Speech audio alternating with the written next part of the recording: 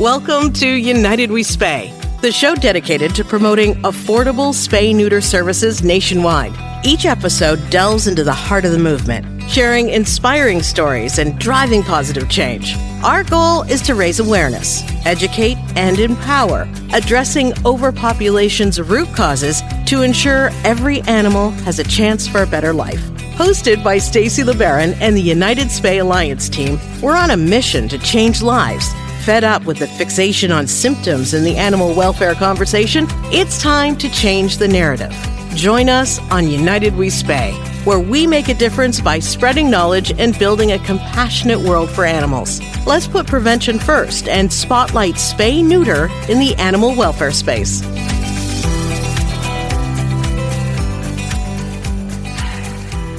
You're listening to United We Spay, a podcast from United Spay Alliance. United Spay Alliance works to promote accessible, affordable, and timely spay-neuter services because an ounce of prevention today can prevent untold suffering tomorrow. Spay-neuter, it's public health for pets. I am Stacy LeBaron, United Spay Alliance board member and host of the show. And today on United We Spay, we are talking to Adelle Louise. After leaving her home country in 2021 and spending the next few years in animal rescue and sheltering, Adelle quickly realized the number of animals in need of rescue is far larger than the number of animals we have the ability to help, particularly in the global south.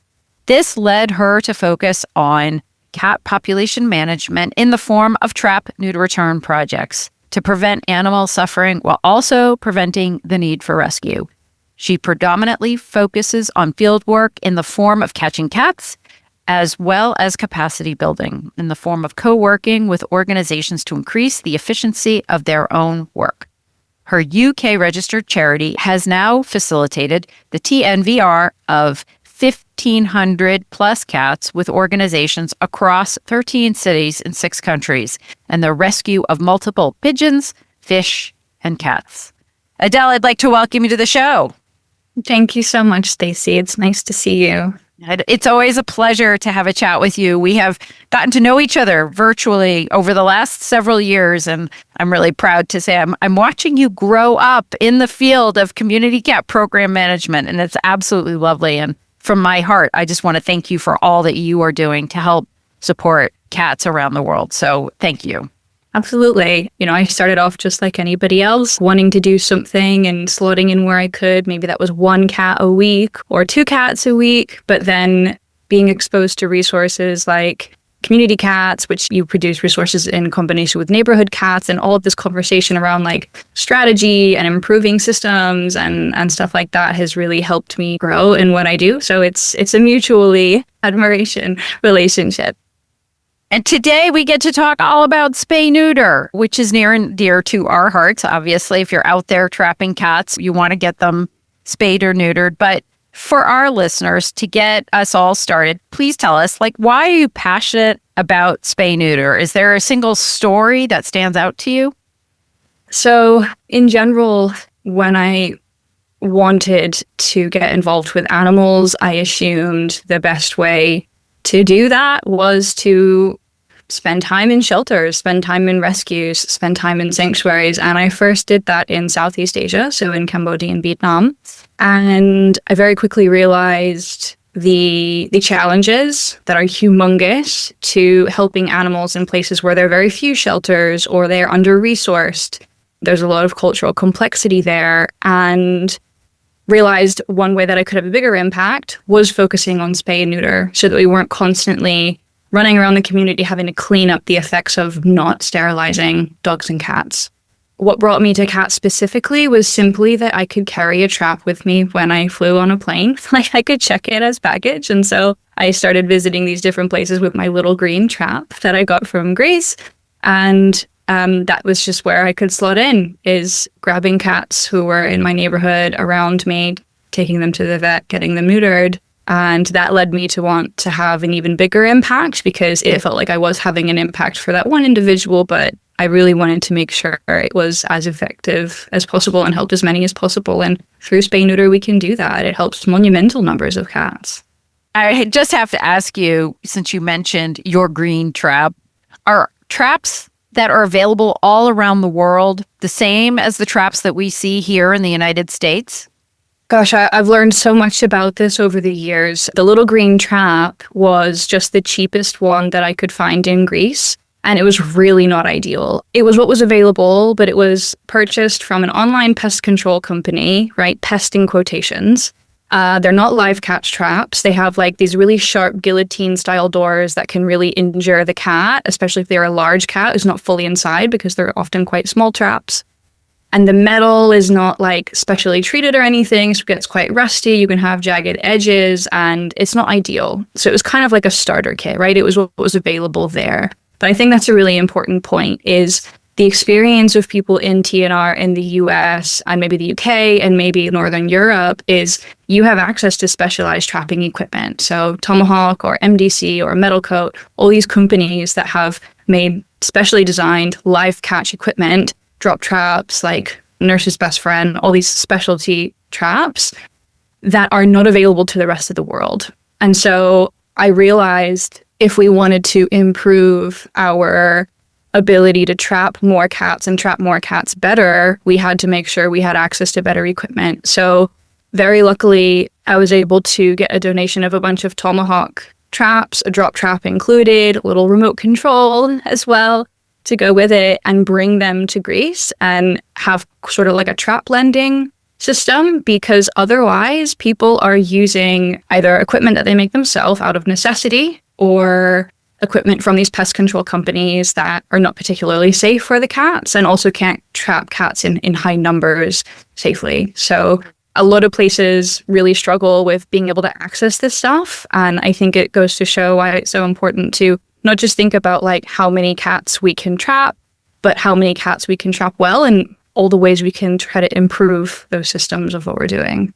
And then on the next side of the story, the cats are in the traps, and then they're brought to the veterinary clinic. Are veterinarians in general, and I know this is a broad question, so feel free to pull it down to more specific examples, but are veterinarians in general comfortable working with cats in traps and also getting them spayed or neutered, working with community cats in that way? I think it really depends on the place. You know, the first place I trapped a cat myself alone was in Albania, and I literally caught them in a small plastic carrier, as many people do, took them to the vet and gave them to the vet and said, here, I caught this boy, let's get him neutered. And he kept him for a week, administered him like 10 days of antibiotics, took blood samples, tested him for all this stuff, and then charged me like 100 euros or something like that. He was not familiar, right, with this process of spay neuter. He could do it, but he wasn't familiar with the life and needs of community cats, of feral and free-living cats, or how to do spay neuter effectively. So it definitely depends place to place. That's one of the reasons why I've stayed in Greece so long. So it's been around 3 years, is because community cats are a huge part of life in Greece. They're absolutely everywhere. Whether you're a local or a tourist, you know it. And there are so many groups who do spay and neuter because there are so few shelters. And so they focus on what we can do to decrease the population who needs to be rehomed. And that means there's tons of vets who are familiar with this process, but it really depends. I've noticed a lot of vets are uncomfortable handling cats, even in traps, like even kittens with eye issues. They don't want to give them eye drops, and we have to do it. I have vets who handle them very roughly, like will scruff them and take them out and just not be very like compassionate in their handling. But then I've met vets who are very attuned to the needs of feral cats. And it really depends on where you are. That's just my experience in Athens. And obviously Athens is one of the most densely populated cities with the most number of vets. I have a choice of all different kinds of vets. But I think the point I would take away there is really getting to know what my vet does know, what my vet is comfortable with in order to find the best option and make sure I'm getting the most compassionate care for the cats that I'm taking, even just for spay and neuter. How much does a cat spay cost in Greece? It really depends. In Greece, we don't often have access to subsidized or low-cost, like social service veterinary care, so government-run veterinary care. So we're often relying on private vets, and private vets often feel in competition with each other. They're in different areas, and that affects their prices and things like that. So I can go to a vet in a very fancy area of Athens and they might charge me, I don't know, like 100 euros, 120 euros for even a castration for a male cat, simply because it's not a normal thing that they do. Or they're in an area where costs are higher. Whereas if I go to a different area, that cost might be a little bit lower. So it really fluctuates. And I think the important part is finding a vet that we trust that is really trying to help the strays, like that will include parasite treatment in the cost, that they're including like checking their eyes and their teeth. And if they have ear mites, they'll give them the extra ear mite treatment, that they'll clean their wounds if they have them, really going the extra mile without charging really high cost because they're kind of more attuned to the need for spay neuter and free roaming cats as well. But it really depends. And I think it's important to not try to just find the cheapest possible vet care, because I can find a male cat castration for 25 euros and a female cat spay for, 40. That's not bad, especially when we're thinking about the US, where these things can cost hundreds and hundreds. But I don't want to compromise their care for just a lower cost of veterinary care. So I think it's really important to find a balance. And I'd love to see that kind of more pushed for across people who provide grants to organizations as well, not just trying to find the lowest possible cost of sterilization, but also wanting the cats who are going through that program to have like holistic care as well.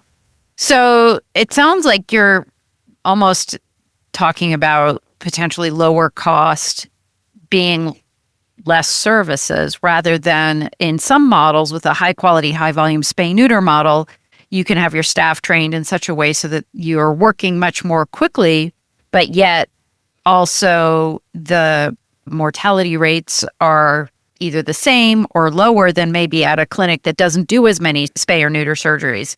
So it may be more of an understanding of what's actually going on in those clinics, or you know that you are going to have a different level of service with the differences between those two clinics. So my question to you is, are there any high quality, high volume spay neuter clinics in Greece?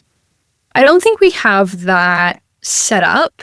I think it's certainly in the beginning stages. I think it's good that we're kind of getting that practice more normalized at vet clinics, but the problem is always going to be the vet clinics that exist that are private clinics. They're set up to be that, private clinics. And so when we want to bring in a large number of animals, to them, a large number of animals might be 6 and only 3 females.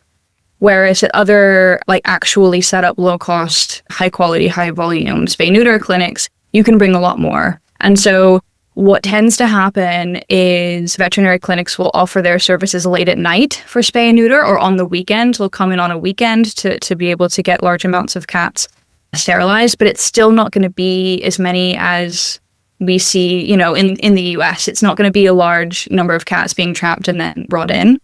So that's, I think, is going to be a really important piece of introducing more high volume spay and neuter in Greece, is rather than having these like one-off weekends or weeks of TNR on an island or something like that, where vets come and are volunteering and do a huge number of animals, 100, 200, whatever.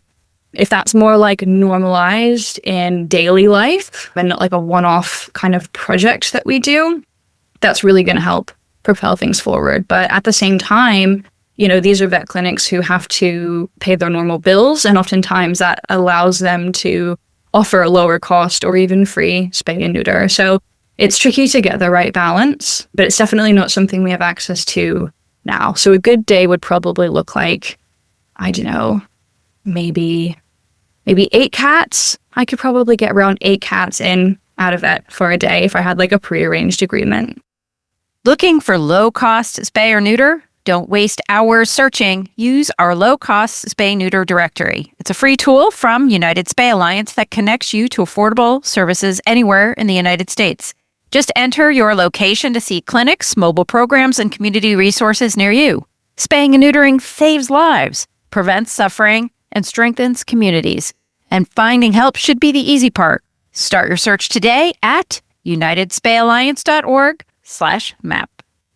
You've had to think creatively in working with the TNVR model in Greece, are you focusing on a certain target area, or are you focusing your efforts more on like engaging the whole community, training them, helping everybody be able to connect with veterinarians sort of to scale out? Or are you more focused on sort of one block at a time and where there's a specific organizational management style? So I try to focus everything I do on capacity building strategies. So I came to Greece around 3 years ago.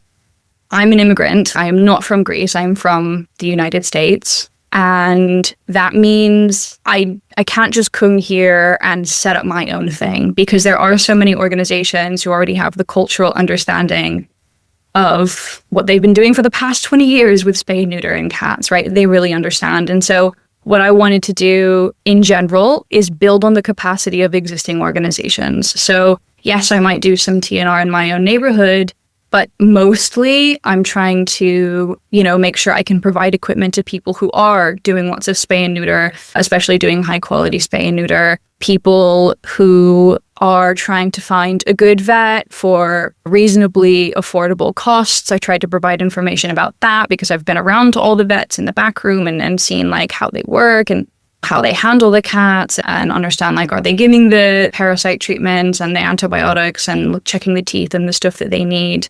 So providing access to information about that, but also practically on the ground, I try to focus on helping people who are doing this like colony targeted strategic TNR. So I don't just get a call for help trapping because I have this special drop trap that everybody wants to use that can catch that really difficult male or the last remaining female cat and go. I prioritize people who are really trying to do the strategic TNR where everybody is neutered. We're also neutering the kittens around 4 or 5 months old. And there's also this element of monitoring and feeding and checkup after, because I think that's a really important way to build capacity. Because people are doing stuff everywhere. You could run yourself ragged doing work in every corner of every city in the world trying to help cats. But unless what I'm doing is increasing the effectiveness of what they're doing, I feel like I'm just doing the same thing as everybody else and trying to reinvent the wheel. We had a really interesting case recently with an employee of a municipal office who contacted me on Instagram. This never happens. The municipality never reaches out for help. And this is actually something that I learned from one of the Neighborhood Cats series about building a TNR movement, of when we get these cases where we're working with like administration or government or prisons, or just these really interesting cases where they're rare opportunities to help people who don't usually reach out. We prioritize those because this is a path to building a more sustainable future community-led TNR network. So they said, we have a mother and some kittens in our backyard. We want to get them sterilized.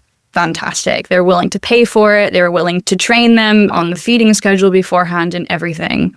And we went there, we trapped the mom. The kittens were around 2 or 3 months old, and so they weren't ready yet. We trapped mom, we got her spayed, we brought her back. We said, cool, in 2 months, we're talking again and we're neutering the kittens. And they said, absolutely yes. And so 2 months later, so this was just last week, I said, right, we think they're big enough, like they're still coming for food. They're not traumatized about mom getting trapped anymore, and I think they're ready. And so we went there. We managed to trap 4 of the 5 kittens with the drop trap. 3 of the kittens were female, 2 were male. There's 1 female kitten left. And we were like, we're not leaving without her. Like, this has to be a full circle thing. This has to be a success story with the municipality, like the whole thing. And so we left an automatic trap overnight, and the next morning she was covered in sardines, but she was trapped. And so we got all 5 kittens to the vet, got them sterilized, brought them back, and with the municipal employees, released them into this courtyard where they feed them. And now they're making an effort to talk to higher administration to get them litter boxes and make sure the space is cleaned. I mean, this is the stuff that I live for, to make sure that we're facilitating the capacity, like really good examples, working with others, and doing the full circle strategic piece. So stuff like that, I think, is really important way to like slot in without trying to take over, because it's really not about me. It's about the people who have been doing this work for years in the place. Right. And then they're learning how to do this. And so when anyone new comes into town, they'll be able to address that practically on their own with a little bit of support. But in general, they'll know, oh, Trap-Neuter-Return. This is what we need to do. Full circle. You've used that word full circle. We, in the Trap-Neuter-Return world and in the kitten world, have heard the phrase full circle TNR. Can you just explain for our listeners that may be more in the clinic space, what does that really mean? For me, it means making sure that all members of these colonies are getting sterilized, but also receiving their basic medical care. And that's from the oldest male cat who has fathered all of the kittens in that space, to the mothers who have recently given birth, to the kittens when they're old enough, and making sure no one is left behind. Because that's how we really do the full circle of closing the loop. If we don't close that loop, that colony can be repopulated in a hot second.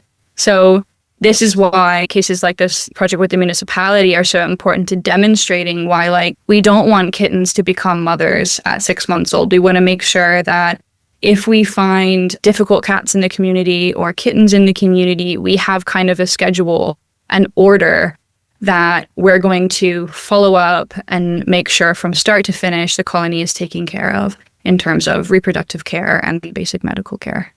That is excellent goal. And I know sometimes it's challenging without having enough of the resources to be able to do that. How do you handle your own space? Do you feel overwhelmed at times? It's easy to, and I think that comes more so when you're being asked to help a lot. And that always happens when the need is greater than the resources. But something that was a really hard lesson for me to learn was it's really important for my well-being, but also the longevity of me being able to do this work and other people being able to do this work, to have boundaries and to be able to say no. And part of that is why I focus on strategic stuff, like full circle stuff, because ultimately, like, yeah, I could have neutered the mother at that one colony, and I could have neutered some other cats on my street, and I could have crossed the city to do that, but that's exhausting. And I don't have the resources to do all of that well. And so one of the ways, this might sound a bit silly, but it kind of feels like self-care to me, is to do this strategic piece of making sure that what I'm doing, even if it's like a small colony on my street where I live, that I'm doing it well, that I'm making sure everybody gets what they need, everybody is sterilized. And I think also it's the most strategic thing for our well-being in the future. I did a quick kind of internal analysis of some data I collected last year. I was working with another organization on a high volume program that they were hosting. And so I was responsible for the trapping every single day, 5 days a week, 8 hours a day. It was a full-time job. The transport, the recovery, returning the cats, everything. And that was really demanding and exhausting. And not a lot of people get to do that. So yes, I felt very lucky to be able to do that. But also it's really tiring. What would have been more tiring is if we hadn't done it strategically. So the information I collected on I think it was around 1,100 cats that were sterilized by this organization in 1 year. And that was the goal. It was 1,000 and we got to 1,100. That's pretty good. About 500 of them were female, so it was a pretty even split. And if we assume that a female cat can give birth in Athens, it's around 3 times a year, and on average, it's 4 kittens a litter. If those cats had not been spayed in 1 year, that would have been around 6,000 more kittens. And do you know how long it would have taken to sterilize all of those new kittens if they had survived, which we know most of them don't?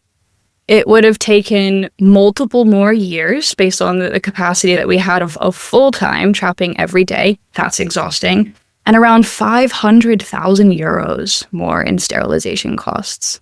So this is why I view it as self-care, to think a bit more practically and logically and not just let myself run everywhere and answer the need wherever it arises, because there will always be that.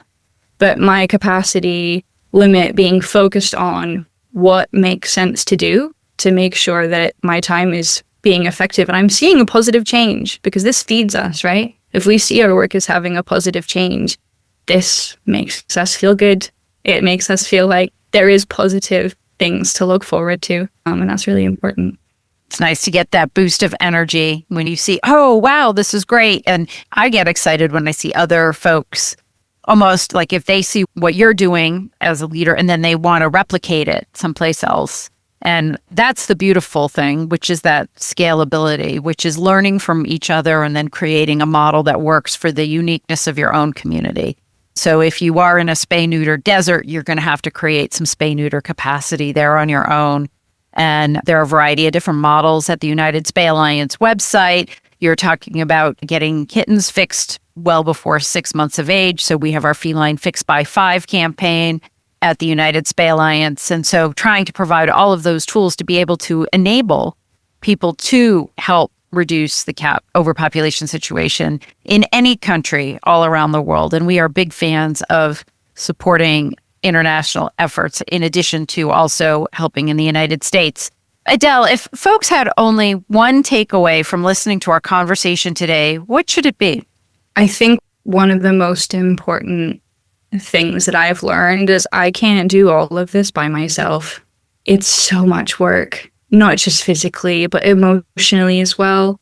And I also don't have the skills to be able to do all of it. I don't know best. I learned trapping from other people. I learned my best practice veterinary knowledge from other countries. I'm constantly learning from other people. And I think seeing success stories like this story with the municipality where everybody is neutered and, they want to get me litter boxes there and treat them really well and actually treat them as community cats. Stuff like that just reminds me how important it is that we all kind of slot in where we have the skills. And for me, it was like having a contact who could donate really nice tomahawk equipment and bring it to Greece. And for other people, it's transportation. For other people, it's, I know how to get into this archaeological site. Like, I can't trap the cats, but I can let you in and I can help you make sure all of the cats here are sterilized because I feed them, but I can't do everything. Everybody plays a different part. We're not enemies in this. There's so many things to fight hard for the cats and other animals, and we're never going to address any of these things properly if we're all trying to take on the weight of the world on our own and think we know best. So that would be my biggest takeaway is do this in community, do this in solidarity with others, help each other slot in wherever we can, and really trying to treat this as like a community care type of thing where we're investing in the places that we live and the organizations we're nearby and the people who feed the animals in our neighborhood. As fellow community members, this is what a bright future looks like. And Adelle, if there are folks interested in finding out more about the work that you're doing, and also I know you are a fellow podcaster, so how could people find you? I have an Instagram page called Travel Animal Rescue. Anybody is always very welcome to reach out with questions. And if I have access to information that I can provide, whether it's like about charity registration or equipment or something specific about recovery and vet care and, midline versus flank spay and all this stuff, I'm very happy to discuss or put them in contact with somebody who can. I've met organizations who focus on TNR around the world, and I'm always happy to provide that information so people can connect with each other. And then anybody who does have spay and neuter work that they would love to talk about, we started highlighting stories like that from around the world, mostly the global south, but everywhere in the world on our podcast, which we called Saving the Streets, which is in collaboration with another organization based in Greece who also does international rescue work called Saving Lives. So yeah, anybody can reach out there and ask about that. And we love talking to people and hearing about stories from trapping cats and dogs and helping other animals in other parts of the world. United We Spay is brought to you by Marion's Dream, improving the lives of companion animals since 1981 through bold, life-saving initiatives. Learn more about their mission at marionsdream.org. Thank you so much, everybody, for listening. If you liked this episode, be sure to share and subscribe. We release a new episode every month highlighting important conversations and inspirational stories from the spay-neuter movement in the U.S. and around the world. To find more resources for spay-neuter and learn more about our work at UnitedSpayAlliance.org, just get in touch with us at any time at info@UnitedSpayAlliance.org. Until next time, and thank you so much, Adelle, for joining us today. Thank you, Stacy.